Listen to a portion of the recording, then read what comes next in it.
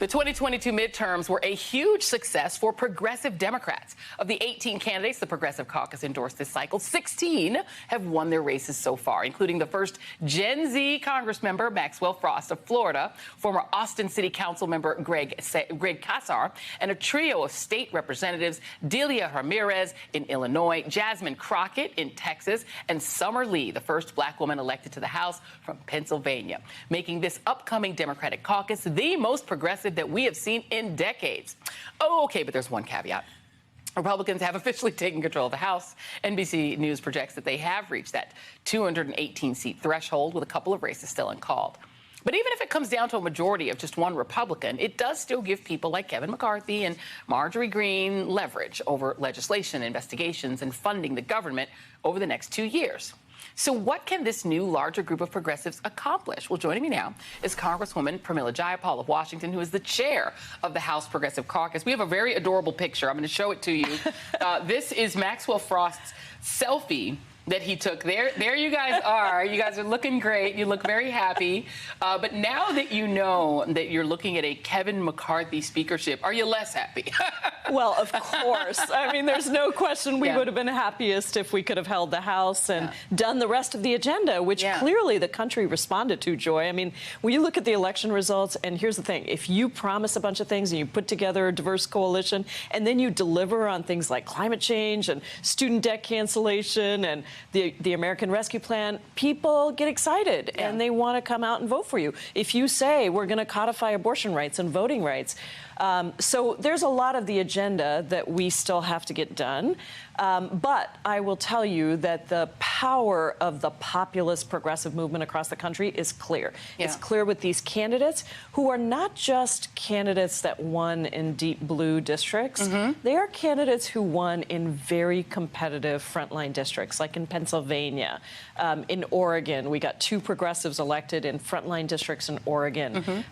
And it matches the populist ballot initiatives that won across the country, right? Like legalizing marijuana, raising the minimum wage, capping interest rates on medical debt. These are all things that won, expanding Medicaid in a state like South Dakota. Absolutely. So these are the things that won, and I think the lesson for us here is we might have to be an opposition party in the House with Republican leadership, last line of defense, but we also have to be a proposition party. We have to show people what we stand for, give people hope that if we get into office, we will do what we did again in this last term, pass more stuff that lifts working people, poor people, people of color up. Well, see, here's the thing. So I mean, I know student loan debt relief. I'll take that one for just a moment, because I know for a lot of people, not just young people, but folks who can't buy a house because they still have this.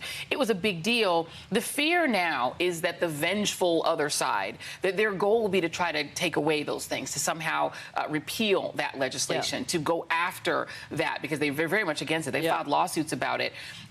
Is there enough of a Democratic threshold and enough of a crossover sort of normie Republican threshold to hang on to the gains? Well, the line of defense is going to be in the Senate and the White House, right? So, I mean, we may not be able to hold all the wins in the House. And in fact, what we might get in the House, I hate this, but what we might get is a really sharp contrast. Republicans trying to strip Social Security and Medicare, right? Isn't it weird that they think that's a winning idea, that they're going to make old people poor?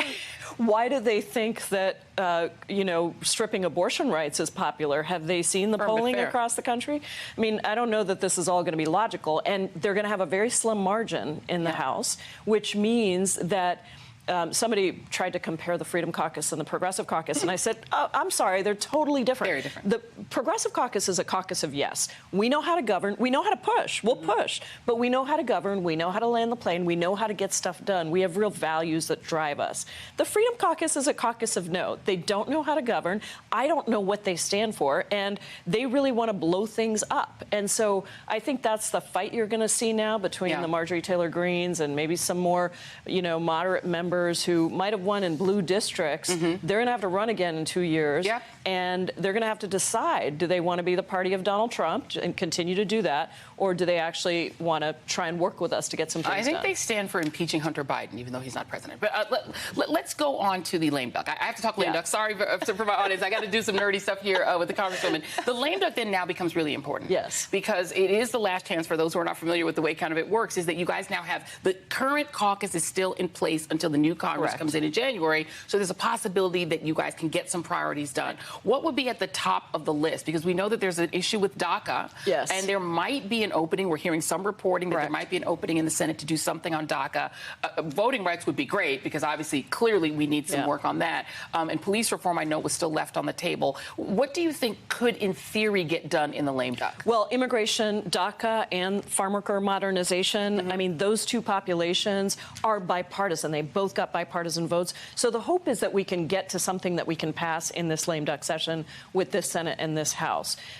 We also do need to make sure to take some tools that they're going to use to hold us hostage off the table. So that's the debt ceiling. Yep. You know, we got to take huge. the debt ceiling off the table so they don't try to strip abortion rights again and reproductive health care from us. Well, they've stripped abortion rights, but reproductive health care from us. And then we're going to have to pass some appropriations bills because that's what funds the government, and that needs to get done also. But let me give Speaker Pelosi her flowers. I mean, I think that history will look upon her as the greatest House Speaker really in modern history since Sam Rayburn. I mean, there isn't anyone who's been more accomplished. You know, they can say whatever they want about it. This lady gets the job done. She does. The question I think that kind of hangs over is if she's done so much, does she drop the mic? Right. And does she say, you know what, I have done so much. I mean, between passing Obamacare, all of the things Biden has gotten through, she shepherded through. We talked about that very difficult infrastructure bill. She got that through.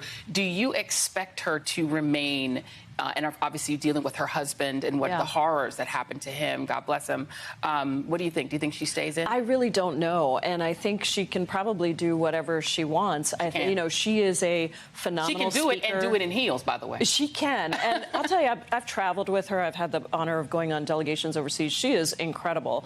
I do think that there's a hunger across the caucus to, you know, sort of bring more people in and things like that. But if she wants to be speaker, I mean, minority leader is what it will be if we, now that we're in the minority. I'm still trying to get used to that, Joy. But, you know, I think that she will, she'll probably be able to do that. So let's see what happens. They do not have an accomplished speaker the way we had Speaker Pelosi. They have Kevin McCarthy, who is not going to be able to bring that caucus, in my view, together. They're going to fight with each other. It is going to be, instead of Dems in disarray, which always used to be a problem when we were described that way, this is Republicans in ruin, right? Like they are going to be fighting with each other. I think that no matter what you know about, think about all of these folks, it is very clear that they are replacing excellence with mediocrity. That's right. And that is just that is just happening. On every level. That is including just across the House caucus. A lot of women who work in the workplace have been through this. So this lady getting replaced with somebody lesser. That's just, it is what it is. Congresswoman Pramila Jayapal, thank you very much. Thank you, Joy.